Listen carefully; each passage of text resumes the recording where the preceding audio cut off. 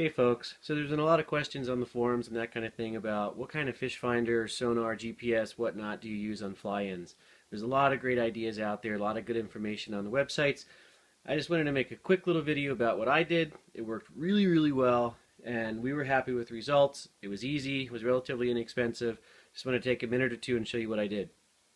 First thing I did was I got on Amazon and I don't know, maybe $60. I got a Humminbird 153. It's a pretty good little fish finder. It's all grayscale, nothing fancy. It's lightweight and it works really well. For a battery, it's designed to clip on to a 12-volt battery in your boat, starter battery, deep cycle, whatever. So what we did is I took the power cord. This plugs into the back of the fish finder.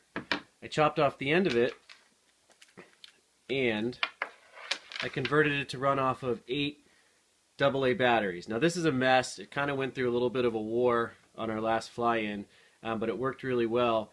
What's inside of here, which you may or may not be able to see, is just a small little plastic case. Again, I got on Amazon for a couple of bucks. It can hold 8 AA batteries. And then I bought one of these little, I guess it's I'm used to using them for 9-volt batteries. But it clips onto the outside of the plastic case, and then I just spliced in these 2 wires with the 2 wires from the fish finder power cord. Boom, 12-volt battery source for the fish finder. You plug it into the back. Now I don't know, this has been about 6 months since our trip. Batteries are still good. This is the original set of batteries that I put in, used it for 7 days of fishing, maybe ran the fish finder 3 hours a day total runtime, some days more, some days less, but it still works fine. Same set of batteries. So that's the power source in the fish finder. Now for the transducer, I mounted the transducer on just a piece of aluminum square stock that I had laying around. You could buy something like this at the hardware store. You could use an old hockey stick I've seen people do.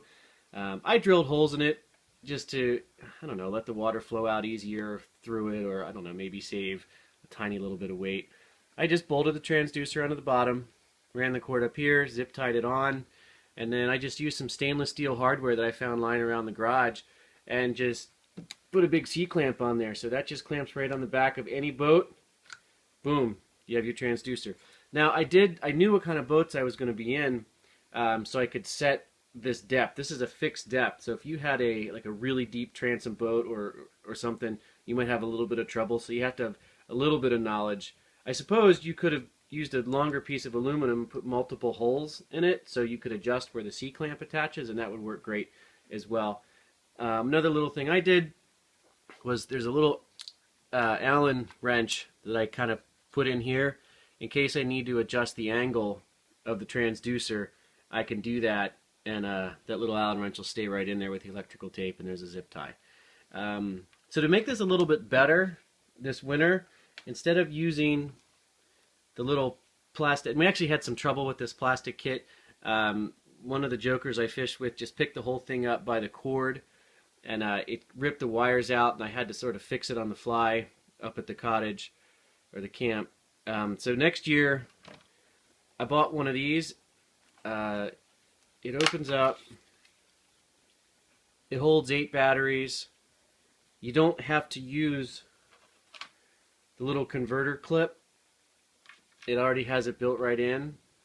You put the batteries right in here, put the cover back on. It has 2 screws that actually, or maybe 1 screw that holds the cover closed so the batteries won't fall out. And it has an on-off switch, which I like. Not that I think once you turn the fish finder off it shouldn't drain the batteries, but I still like the idea of there being an on-off switch. So this is just a little bit tougher. You can close it, it stays closed, and maybe wrap a little tape around here or something to kind of protect the wires. And then I'll solder these in to the fish finder. So that's what we used. Works great, caught a lot of fish. You could do the same thing. You could get one of these that's GPS enabled with no problem. You'd have to change the batteries a lot more, but again, these batteries, they lasted for 7 days of fishing. They're still running fine 6 months later. I'm really surprised how much life we get out of these batteries. And the accuracy on this thing was pretty good, so it worked great. So hope that helps.